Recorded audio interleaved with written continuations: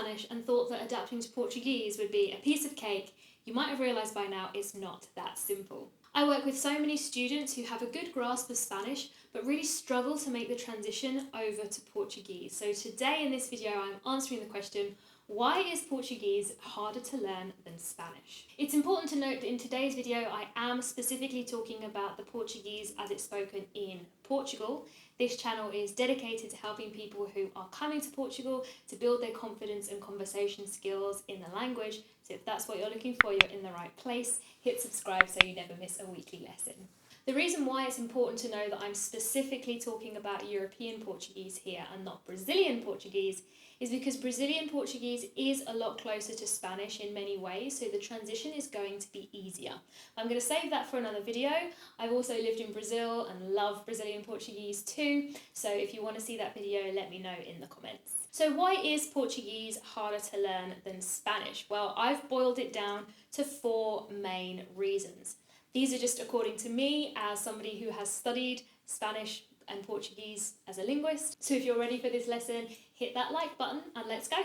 So the first reason is pronunciation. So there are some really important features of pronunciation that are a lot harder in Portuguese.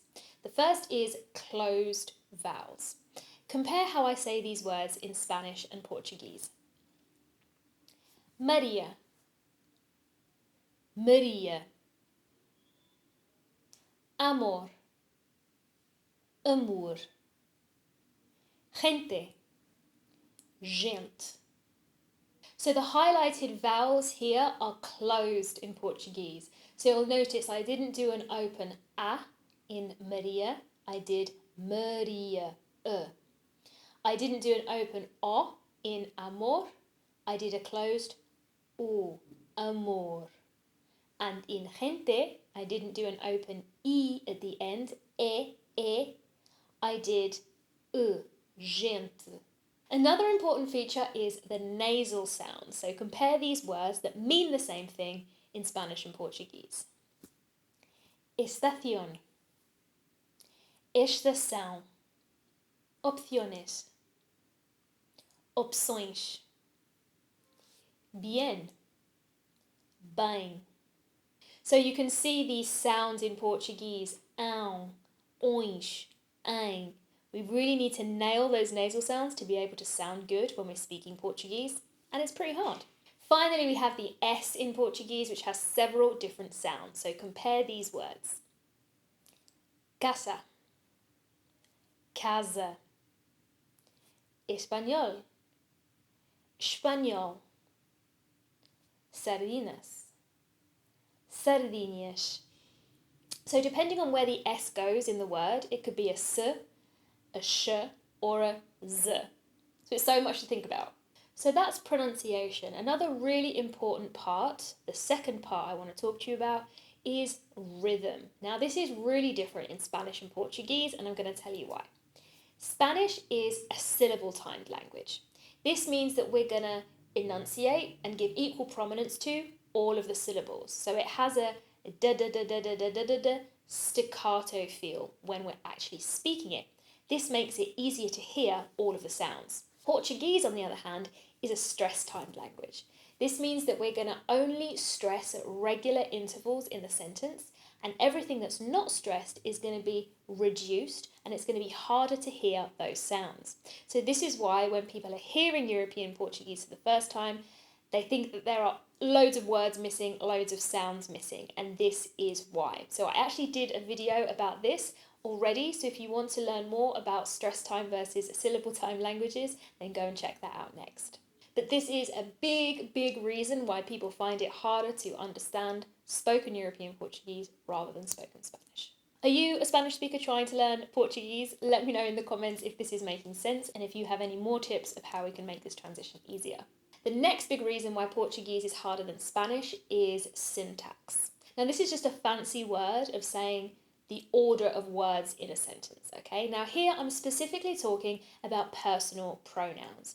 These are the words like me, you, him, us that replace who we're talking about in a sentence. Now, don't get me wrong, these little words can jump around in both languages, and we don't have time for a huge grammar lesson today, but I'm going to show you that there are more rules when we're talking about Portuguese, okay? And that's what makes this difficult. So let's look at some examples. Te amo. Amo-te. Me levanto a las 7. Levanto-me às 7. Me llamo Liz. Chamo-me Liz. So you can see there that the personal pronoun, the me and te in these examples, was going at the end in Portuguese.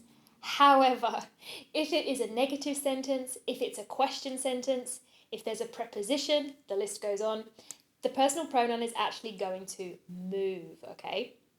So, look at these examples. Não te amo. Quando te levantas? Como te chamas? This is a real headache and a big stumbling block for people who are learning Portuguese because it's really difficult to get right. So the final reason that I wanted to mention today as to why Portuguese is harder to learn than Spanish is exposure. So Spanish is the second most widely spoken language in the world and Portuguese is number 6.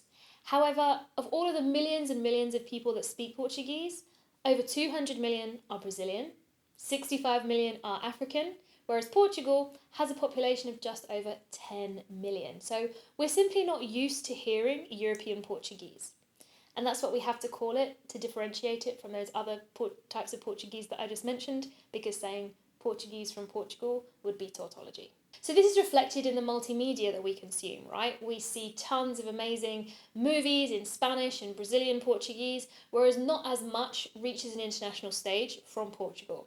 But this is changing. I actually did a video on this recently about content that is coming to Netflix, and there is more coming very soon. So hopefully we're going to get a bit more used to hearing Portuguese, especially if we are learners of the language and want to use TV and movies to learn. In addition, it's important to note that the Portuguese don't dub their TV and movies, so they do consume a lot of English content with subtitles, whereas Spanish and Brazilian will dub, okay? So this means that Portuguese people grow up listening to English and therefore have a really good grasp on English in a lot of places. So there you have it, my own personal analysis of a few reasons as to why it may be harder for people to learn Portuguese from Portugal instead of Spanish. As I said, this is just my own personal experience, what I have noticed as a linguist who has lived in these places and studied the languages intensely. If you have more ideas about the differences between the two, then why not drop me a comment? I would love to carry on the discussion with you there and hear your ideas. If you reach the end of this video without feeling too daunted about taking on the task of learning Portuguese,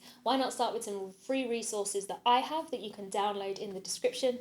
I have a pronunciation guide and a free lesson for beginners, which is the perfect place to start to get you on the right track. I'll be back next week with something completely different. Ciao for now.